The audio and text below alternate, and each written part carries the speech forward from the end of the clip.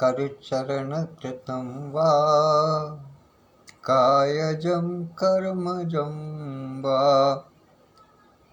श्रवणनयनजं वा मानसं वा पराधं विहितमविहितं वा सर्वमेतत्क्षमस्व। जय जय करुणाब्धे श्रीमहादेव शम्भो।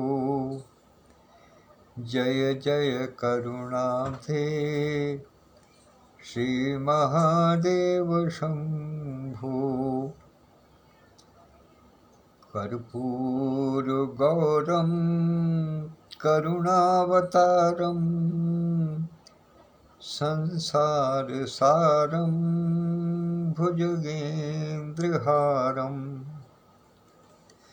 सदा वसन्तं हृदयारविन्दे भवं भवानी सहितं नमामि। भवं भवानी सहितं नमामि। ओम रुद्राय नमः। ओम नमः शिवाय। ओम शंकराय नमः। ओम महाकालाय नमः। समस्त परिजनों को भगवान भोलेनाथ की कृपा प्राप्त हो, इसी उद्देश्य से ये प्रार्थना की गई है। और भगवान भोलेनाथ से प्रार्थना भी की है और अपने सभी परिजनों को, आप सबको भी सादर प्रणाम निवेदित करता हूँ। तत्पश्चात अपनी बात प्रारंभ करता हूँ। भैया जी वाच के इस अंक में मैं आपको क्या बताऊं और क्या छोड़ूं, ये समझ में नहीं आ रहा। जैसा आप सब जानते हैं कि कल पटल पूरा दिन मातृत्व दिवस के उपलक्ष्य में मातृशक्तियों को समर्पित रहा। पूरे दिन भर धूम मची रही। हमारे बहुत से साथियों ने उसने अपना सहयोग प्रदान किया, प्रतिभाग किया, अपनी क्षमता के अनुसार अपना अपना वाचन काव्य प्रस्तुत किया, अपने विचार प्रस्तुत किए। अंतर्राष्ट्रीय अनुज्ञा कार्यकारिणी समिति ने बहुत सुंदर कार्यक्रम का आयोजन किया और सुबह 9:30 बजे से लेकर के शाम को 7:30 बजे तक का तो समय ही निर्धारित था, लेकिन उसके बाद भी 10-15 मिनट और लग गए। तो वो स्वाभाविक है, इतना तो हो ही जाता है। लेकिन फिर भी जिस तरीके से व्यवस्थित रूप से जो ये कार्यक्रम चला, इसके लिए मैं बधाई देना चाहता हूँ पूरी कार्यकारिणी टीम को, उनके संयोजन को, उनके संचालन को और उनकी व्यवस्था को। किस प्रकार से एक के बाद एक अपने कार्यक्रम चलते रहे, वाचन होते रहे। जैसे ही एक का वाचन समाप्त हुआ, तुरंत दूसरे ने आकर के अपना कार्यभार संभाल लिया। ये तभी संभव है जब पूरी कार्य योजना बहुत पहले से उसकी व्यवस्था बना ली जाए, उसके विषय में सोच विचार कर लिया जाए और सबको बता दिया जाए कि किस समय किसको क्या करना है। ये तभी संभव है। तो कल हम सब लोगों ने पूरा दिन अपनी माँ को याद किया, मातृत्व को याद किया। इसीलिए मेरा मन हुआ कि आज मैं बचपन की बात करूं। आज का वाक्यांश आप सब लोगों ने देखा होगा। आज का वाक्यांश ही ये था, मेरा बचपन। क्योंकि माँ की गोदी से उतरते न उतरते, या कहिए जब तक माँ की गोद में हैं, तब से लेकर के और उंगली पकड़कर चलने तक की स्थिति में बचपन ही रहता है। अभी कल हम सब लोगों ने मातृत्व का बोध किया, मातृत्व के प्रति अपनी भावनाएं प्रदर्शित की, तो निश्चित रूप से आज हमें बचपन का बोध होना स्वाभाविक है। तो उसी बचपन को स्मरण करने के लिए आज का दिन हमने रखा है। मैं समझता हूँ और जानता हूँ कि मेरे बहुत से साथी अपने अपने बचपन की स्मृतियाँ इस परिवार के साथ में साझा करेंगे, और जिस प्रकार से कल पूरा पटल गुंजायमान रहा मातृत्व से, आज बचपन से गुंजायमान रहेगा। ये मेरी इच्छा भी है और मैं चाहता भी हूँ। कहाँ तक इसमें सफल हो पाता हूँ या कहाँ तक मेरे साथी मेरा साथ दे पाते हैं, ये अभी भविष्य के गर्भ में है। मैं नहीं जानता, आप नहीं जानते। हो सकता है कुछ साथी हमारे ऐसे हों जो कि अभी मन न बनाए हों, और जैसे ही उनको समय मिले तुरंत ध्यान आ जाए कि अरे आज का वाक्य है तो चलो 5 मिनट के लिए समय निकाल करके इस कार्य को कर लेते हैं। और हो सकता है कि कुछ साथी ऐसे हों जो कि मन बनाए उस वाक्यांश को देख करके उनका बचपन याद भी आ जाए, किंतु वो अपनी किसी पारिवारिक परिस्थिति में या किसी और कारण से, शारीरिक विषमता के कारण या किसी भी कारण से, हो सकता है कि समय ही ना निकाल पाए। तो जो आएंगे उनको भी आभार, जो नहीं आ सकेंगे उनको भी आभार। मैं ये नहीं कहूँगा कि जो नहीं आएंगे, क्योंकि मैं जानता हूँ कि बचपन सबने बिताया है, सबने माँ की गोद में बचपन को देखा है, माँ की गोद से उतर करके भी बचपन देखा है। तो उस बचपन की यादें सबके पास हैं।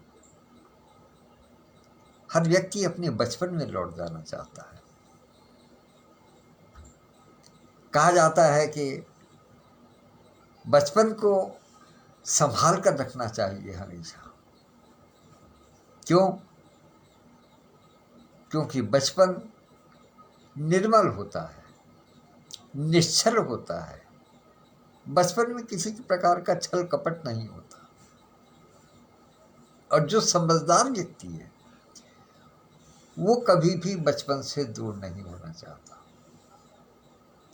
एक कारण और भी है कि जिसके सिर पर बुजुर्गों का साया है उसका बचपन वैसे भी कभी नहीं छूटता है। वो हमेशा स्वयं को बच्चा ही मानता है।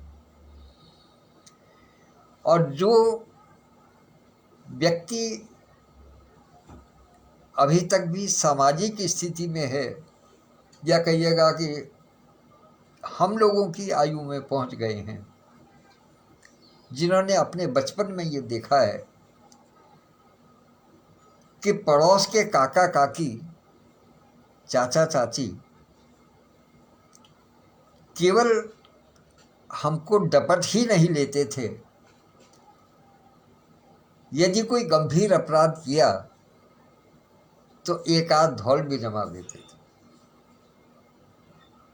अर्थात जो हमारे समाज में जो हमें बुजुर्ग दिखाई देते हैं उनके सामने भी हम बच्चे ही हैं। तो इसलिए समाज में, हमारे परिवार में जो इस पटल पर हमारे बुजुर्ग हैं, उनके सामने हम सब आज भी बच्चे ही हैं। क्योंकि हमने वो परिस्थितियां देखी हैं हम उन सब चीज़ों से होकर के निकले हैं। आज के बच्चों को इन सब चीज़ों का नहीं पता है। आज के बच्चों का बचपन तो खो गया है। पहले टीवी में खो गया था, अब मोबाइल में खो गया है। अब बच्चे बचपन वाली बात नहीं करते। अब बचपन में भी बच्चे नहीं हैं। अब बचपन में भी एक युवा, एक समझदार, एक परिपक्व व्यक्ति के दर्शन होते हैं कभी कभी। तो इसलिए बचपन तो कहीं खो ही गया है। हम चाहते हैं कि वो बचपन फिर लौट करके आए। यही प्रयास हम लोगों का है इस पटल के माध्यम से कि कम से कम आगामी पीढ़ी में जो निश्चलता है, जो निष्कपटता है, वो बरकरार रह सके। इसी का प्रयास हम लोगों को करना है, क्योंकि इसमें कोई दो राय नहीं है। आप सब भी इससे मानते होंगे और जानते भी होंगे कि अब स्थिति क्या है। मैं बड़ी विनम्रता के साथ में निवेदन करना चाहता हूँ। अब स्थिति ये है कि एक माता को कहते हैं थोड़े कुछ ही समय के लगभग साल सवा साल के बच्चे की माता को समझ लीजिएगा, या कहिए 5-6 महीने के बच्चे की माता को भी समझ लीजिएगा। उसको भी जब कभी अपने घर का काम करना होता है और बच्चा नहीं सो रहा होता है तो मालूम है क्या करते हैं? मोबाइल खोल करके उसके पास में रख देते हैं। बच्चा मोबाइल को देखता रहता है और मगन रहता है और माता पिता अपना कार्य करते रहते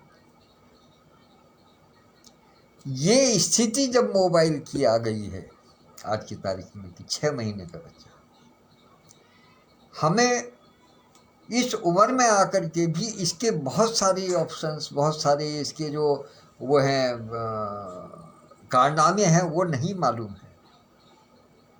बहुत सारी डायरेक्शंस हम नहीं जानते इसकी कि किसको करने से क्या होगा। लेकिन हमसे ज़्यादा एक 5 साल का बच्चा जानता है कि मोबाइल में कहाँ क्या है। यही कारण है कि अब बच्चों का बचपन छूट गया है,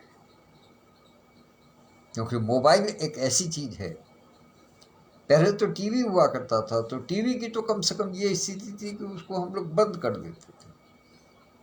आज मोबाइल की स्थिति ये है कि जब हम स्वयं ही मोबाइल दे रहे हैं उनके हाथ में, तो उसके लिए मना भी कैसे करेंगे। हम अपने नैतिक कर्तव्य को निभा रहे हैं कि ये सोच रहे हैं, सोच करके परेशान हैं कि हमने स्वयं दिया है तो हम मने कैसे करें। ये हमारे साथ में बड़ी समस्या है। लेकिन ये नहीं जानते कि ये हुआ किस लिए है। हमने अपने निजी सुख के लिए बच्चों के भविष्य के साथ में खिलवाड़ कर दिया, उनके हाथ में मोबाइल दे दिया। थोड़ा बड़े होने के बाद में कोरोना काल में जिस प्रकार से कि बच्चों को पढ़ाई में मदद की मोबाइल ने, वो सत्य है, वो ठीक है। लेकिन जहाँ तक छोटे बच्चों का सवाल है, वहाँ मोबाइल के प्रति जो बच्चों का झुकाव है, उसके लिए दोषी बच्चे नहीं हैं, हम स्वयं हैं। और फिर कहें कि बच्चों का बचपन कहीं छूटता चला जा रहा है। आजकल के तो बच्चे हैं ही नहीं। माँ की गोद से ही बुजुर्ग होकर के निकलते हैं, माँ की गोद से ही युवा होकर के निकलते हैं, तो फिर किसका दोष है। इन बातों को समझना बहुत आवश्यक है, ध्यान देना बहुत आवश्यक है। अच्छा, और जब बच्चे लगभग 10-11 साल की उम्र तक पहुंचते हैं, ये मोबाइल युग के बच्चे 10-11 साल की उम्र तक पहुंचते हैं,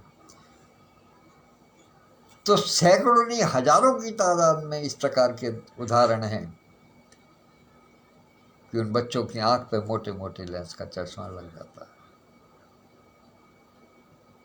उनको देख करके माँ बाप हैं वो स्वयं चिंतित होते हैं, लेकिन उनको देख करके समाज सीख नहीं लेता है। ये बड़ी विषमता है आजकल के समाज में। वरना वास्तविकता यह है कि यदि किसी दूसरे को देख रहे हैं कि उसका नुकसान हुआ तो हमें स्वयं को समझ लेना चाहिए, लेकिन हम क्यों समझें? सोचते हैं ये तो उसकी समस्या है, हमारा कोई मतलब नहीं है इसमें, हमारे बच्चे ऐसे नहीं हैं। लेकिन कुछ वर्ष बाद जब यही स्थिति आएगी तब फिर अपना माथा पकड़ करके बैठेंगे कि ये हमने क्या किया। हम अगर उस समय समझ लिए होते तो शायद आज स्थिति ये ना होती। और ये केवल आँख की बात नहीं है, इससे बच्चों का बचपन भी खोया जा रहा है। मेरी इच्छा है कि बच्चों का बचपन बना रहे। हम सब लोग इस चीज के लिए प्रयास करें, अपने बचपन की कहानियां सुना करके। क्योंकि हम सब लोगों ने कभी, हमारे सामने तो बचपन में मोबाइल क्या टीवी भी नहीं था, हमारे सामने तो रेडियो हुआ करता था, और रेडियो भी वो जो बिजली से चलता था। ट्रांजिस्टर हमारे सामने बहुत बाद में आए हैं, पहले रेडियो होता था जो बिजली से चलता था।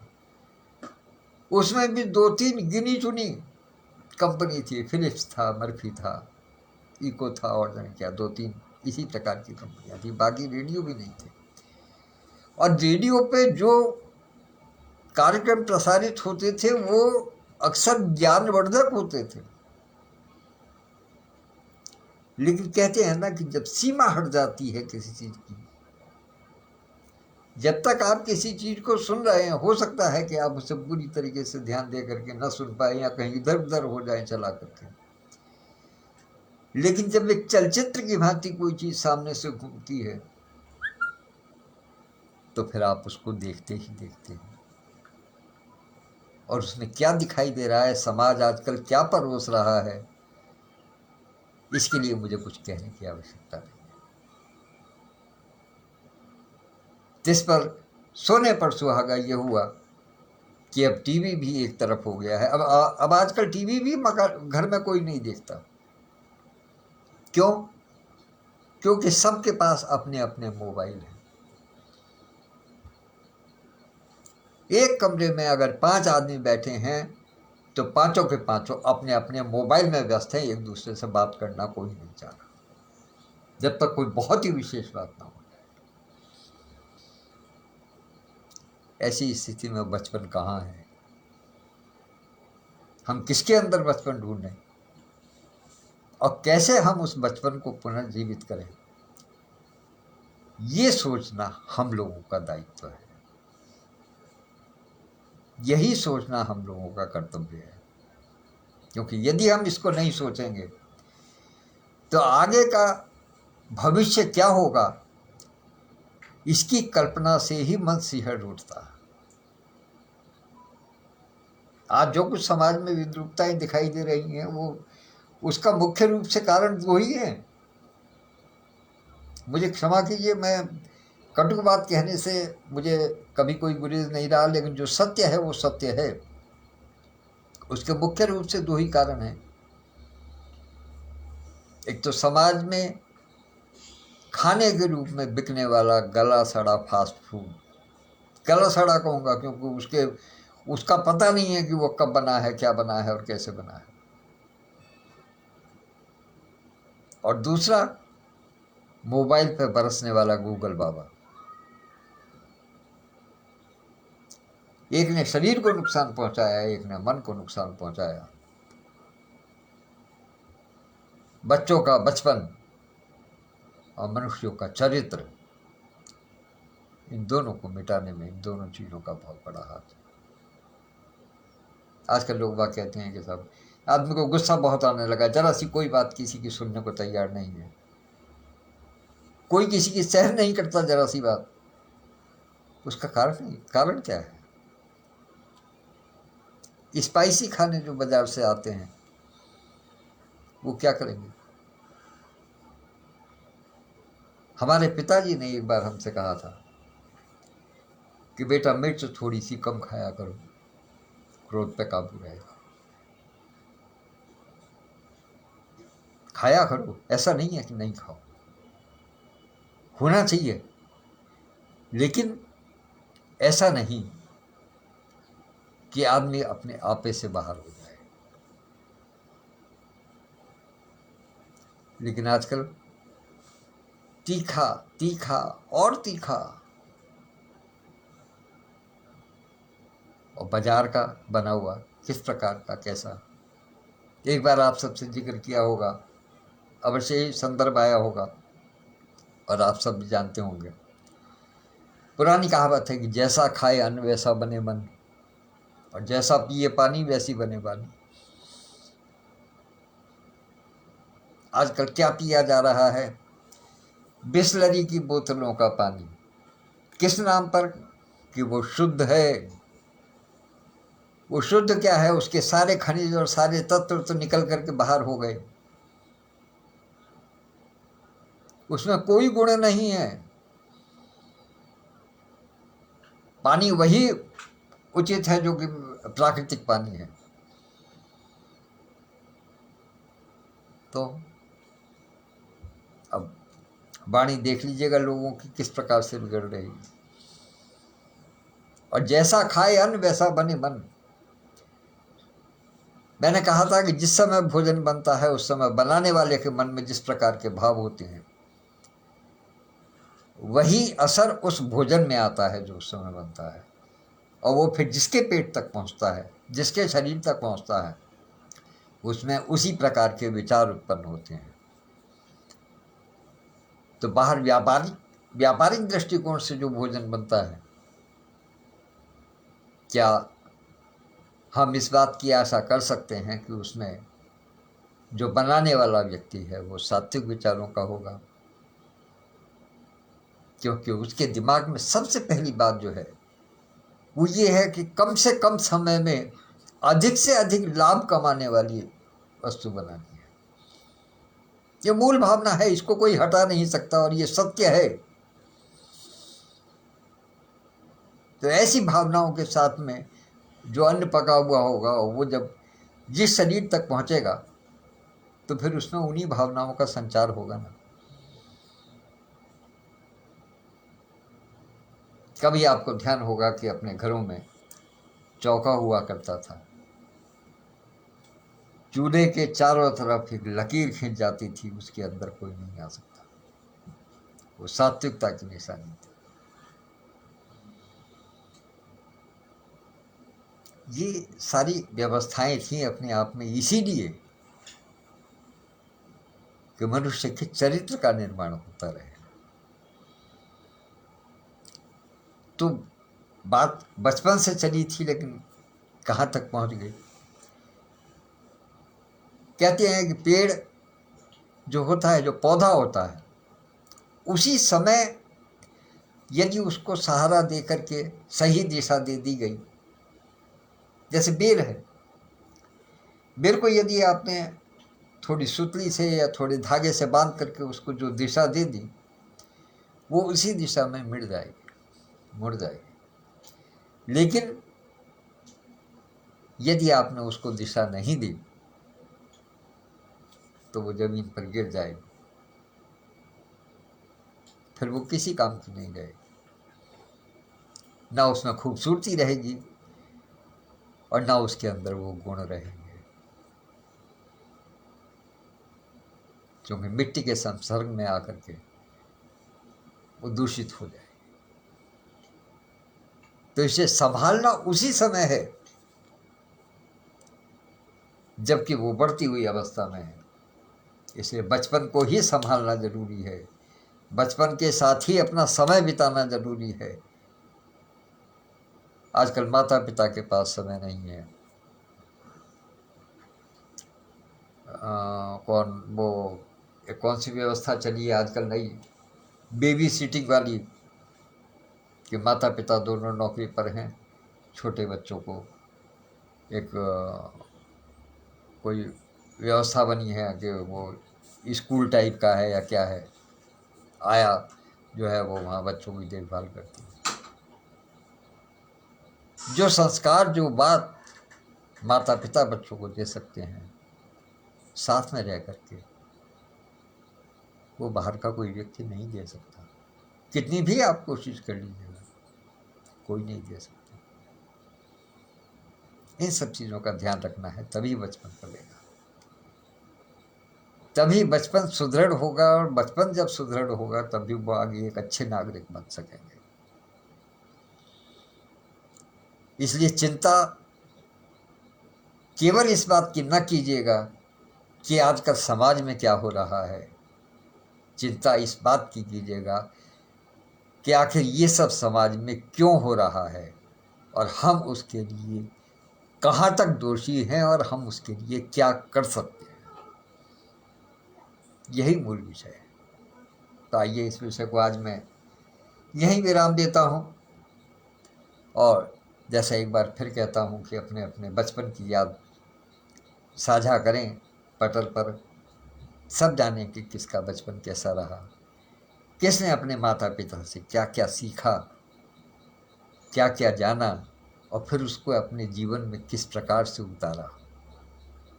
क्योंकि संस्कार हमेशा बचपन में ही रोपित होते हैं और उन संस्कारों से ही मनुष्य का व्यक्तित्व बनता है। तो हम उस सब चीज़ों को जानें, और इस विषय को यहीं विराम देते हुए आपको सूचना एक दे रहा हूँ कि कल चूँकि पूरा दिन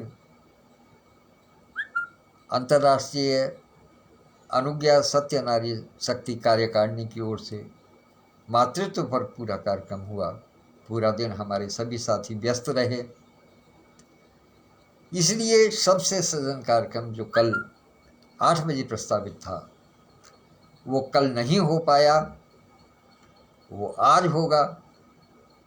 आज शाम को 8 बजे कार्यक्रम होगा। उसके लिए रचनाएं जो कल शाम तक आनी थी वो तो जो जितनी आई सो आई, लेकिन उनके लिए आज का भी समय बाकी है कि जिनके मन में इच्छा है कि इस सप्ताह के शब्द कथनी करनी पर अपने विचार देना चाहते हैं, अपनी रचनाएं देना चाहते हैं, तो उनको ऑडियो के माध्यम से मेरे पास भेज दें। शाम को 7:45 बजे तक के समय में जितनी भी रचनाएं और आएंगी मैं उन सबको कार्यक्रम में सम्मिलित करने का प्रयास करूंगा। तो इसका ध्यान रखिएगा, और इसी के साथ मैं अब अपनी वाणी को विराम देता हूं और आज्ञा चाहता हूं। इससे पहले कि मैं आपको नमस्कार करूं, मैं चाहूँगा कि जो मेरे सामने उपस्थित हैं उनको नमन करूं, वंदन करूं। समस्त विभूतियाँ मेरे सामने हैं। आज किसकी विशेषताएं बताऊं, किसके विशेषण बताऊं, इसलिए मैं सीधे सीधे सबको आदर के साथ में समाहित करता हूं, संबोधित करता हूं। आदरणीय विद्युत प्रभा दीदी, आदरणीय डॉक्टर इंदिरा गुप्ता यथार्थ दीदी, जिनको मेरी पत्नी ने नाम यथार्थ के स्थान पर सार्थक दिया है, शायद स्मरण हो आपको। आदरणीय भाई विधुभूषण त्रिवेदी जी, जो आज जिनके गांव में आज मतदान है शुक्ला खेड़ा धाम में और वो उसमें व्यस्त हैं। निश्चित रूप से मैं जानता हूं कि इनके वहाँ रहने से मतदान का प्रतिशत बढ़ेगा। और बहन कात्यायनी दीदी भी उपस्थित हैं। आदरणीय डॉक्टर सत्यप्रकाश पांडे जी भी मुझे दिखाई दिए थे, और शेष जो भी हैं उन सबको मैं नमन वंदन करता हूँ।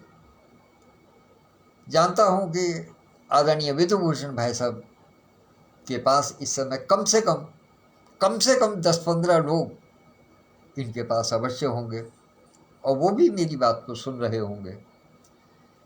यदि त्रुटिवश मेरे मुख से कुछ गलत निकल गया हो या आप वो अच्छा न लगे तो उसके लिए क्षमा चाहूँगा। और कल पुनः आपके समक्ष भैया जी वाद के इसी अंक को लेकर के 10:30 बजे फिर उपस्थित होऊंगा। तब तक के लिए प्रणाम, नमस्कार, अपना आशीर्वाद बनाए रखें।